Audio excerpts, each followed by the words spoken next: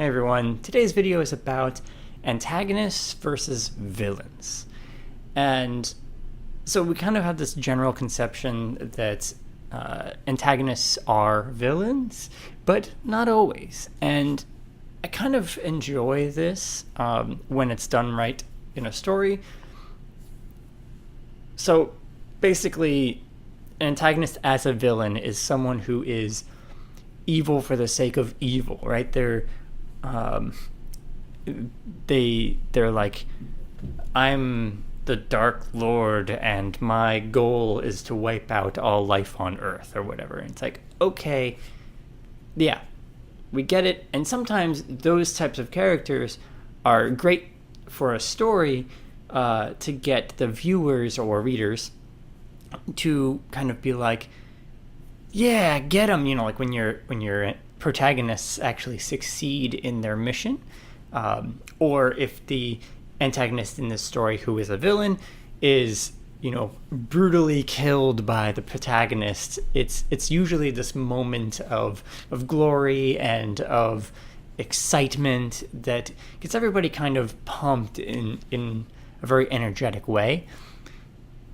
So they have their role, but I personally am more into the antagonist that is not a villain, or an antagonist that are, I guess they feel like they are doing right, that they are doing the right thing, and the protagonist is the one who's stopping the right thing from happening. And honestly, this is much more realistic. This is how people are more in real life. So kind of an example of this is you have somebody who is pushing for just a rough thing, pushing for a policy change that they feel will benefit, we'll say the economy at large or whatever. And, but it has negative side effects that directly or indirectly, hurt a particular group of people. So that particular group of people, if you're telling a story from their perspective, this person pushing this policy change is the antagonist, right? And to be clear, everything, at least in that realm, everything has negatives, and you have to weigh your negatives against the positives and see which thing is preferred. But as an antagonist, having a more realistic kind of ideology or a goal set that is not just that they're trying to stop the protagonist, because I get that's the general the general definition of the antagonist, right? Is somebody who is stopping or is like making their goal to stop the goal of the protagonist. Usually, but I think that having an antagonist who has their own sets of goals that maybe are different from the goals and don't necessarily get in the way of the goals of the protagonist, but where they differ is on the actual actions or the means to get to these goals. And in these means, they, conflict with one another. I find this realistic and also kind of enjoyable because it makes you feel for the antagonist a little bit more and kind of side with them a bit, as you rightly should, I think. Any character in a story should have some semblance of relatability, or even I guess on a baseline level of likability. There's some villains in stories, whether they're games or books or movies or whatever, that people are just like, that guy's cool. I guess a gaming relative one of this is like, back in the day, people used to say that Sephiroth from Final Fantasy VII was so cool because he was badass and everything. It's like, he's a straight up villain. But that's I think part of what makes writing an antagonist interesting, because you want to make them either relatable or just appealing to the audience, but you also want to make them have their own struggles and their own goals. And I don't know, it's just there's something about the idea of having these almost two completely separate identities where they're not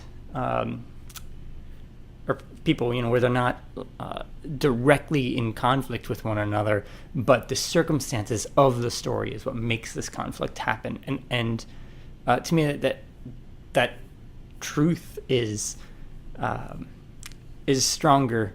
And I don't know, I never really felt so strongly about the villain type of antagonists.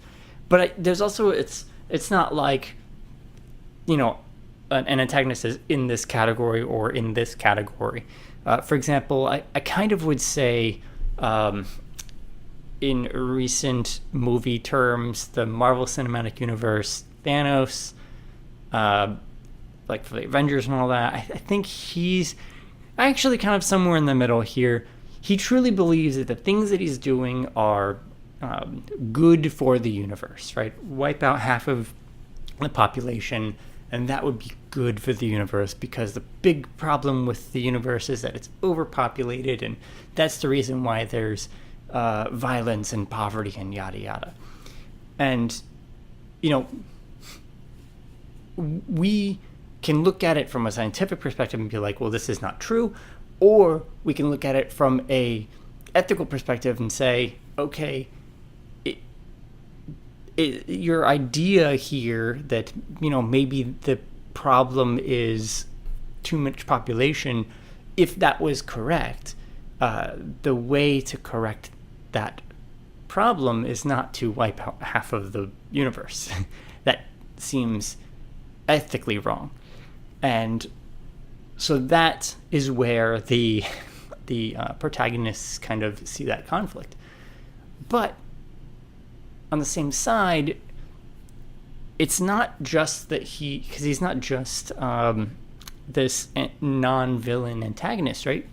He sees this. He understands that the things that he's doing are wrong, even if the end result that he's looking for he feels is the right thing to do. So he has that villainous to him because he understands where he's wrong, and maybe not all of it, right? He doesn't understand that he's wrong, that taking out half of the universe's population is going to fix things. But he understands that the way that he's doing it is wrong. Ethically, morally, whatever, like that is a bad way to do it. And to go about to achieving his goal. And he knows this. You can tell that he knows this because he's very merciless. He's very just kind of, no one can stop me. Not that no one should stop me, right? He doesn't spend a whole lot of time trying to explain that this is the best way to achieve this. He does a lot of time explain that his end result will be better for the world. He doesn't really explain why that will be, and he doesn't really explain how wiping out half of the universe is going to necessarily fix things, but he explains, here's the problem that we have, and I have a solution. And I think that mentality is what keeps him from, or keeps him being a villain on some level, right? He sees this problem, he wants to fix it, he thinks that this is going to make life in the universe better eventually, but he also sees that this is wiping out half of the universe, and he doesn't really care. So, I guess you decide on that one. But I put that as he's still villain, but he's got these non-villain tendencies, right? He's somewhat, because then after he completes his goal, he just retires, like, okay. But yeah, so I guess this is just like a general thought that I've been having about should antagonists be more villain? Should they be less villain and be more relatable?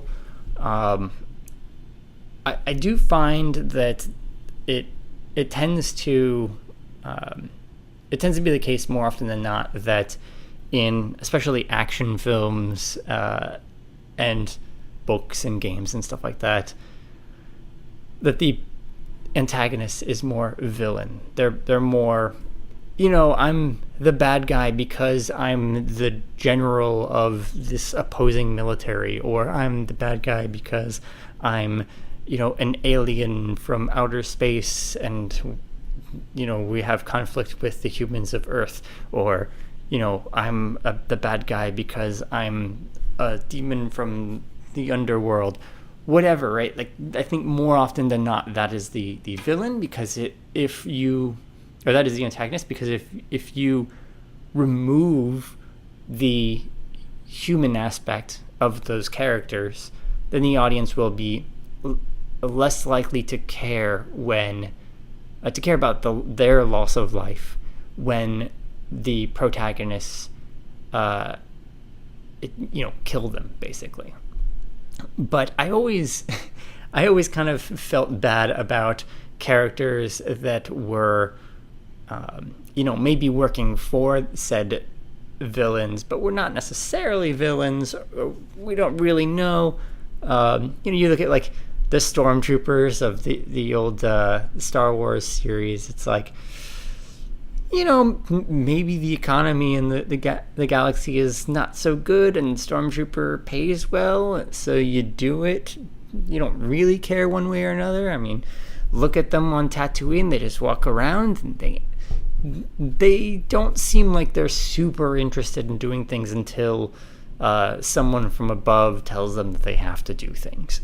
And so then you feel bad, but when the Death Star is destroyed, because there's who knows how many of these people who took just a job, not even counting the maintenance workers and stuff like that.